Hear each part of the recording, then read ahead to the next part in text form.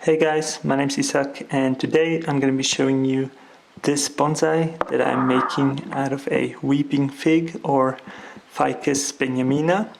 Now, believe it or not, this guy is less than a year old.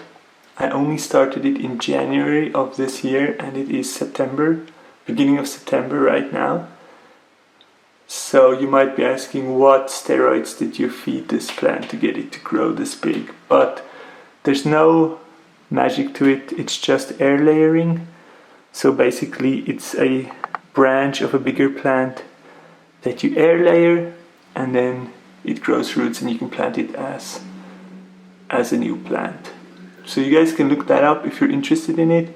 You do need to have a bigger plant that you can cut branches off to start a bonsai like this. But it gives you a crazy head start because basically something like this would take years to grow from seed, whereas this one is a little over 6 months old. So it's totally worth finding a tree, finding somebody who will allow you to air layer a part of their tree and starting it like that, because generally the weeping figs that you see in garden centers, the bonsais, aren't that good. I'm just gonna say it. The ones that you see in IKEA are horrible, and the ones that you see in garden centers are generally not that nice. They're like a really fast kind of bonsai and they have big cuts or they have almost no taper on the main trunk. So starting something like this from scratch, from an air layering, gives you the advantage of having a kind of thicker trunk already, so it looks like a bonsai really fast.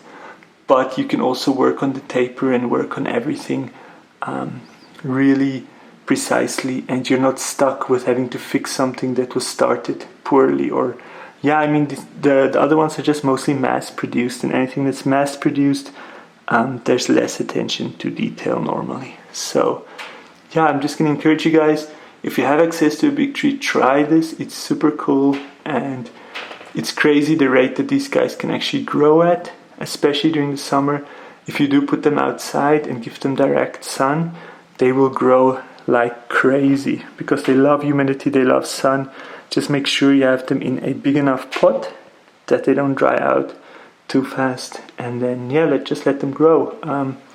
Basically I use garden wire, normal garden wire, to wire these guys, or actually most of my bonsais, because I find during the summer they grow so fast that I can only leave the wire on there for about a month or a little over a month before it starts cutting into the bark.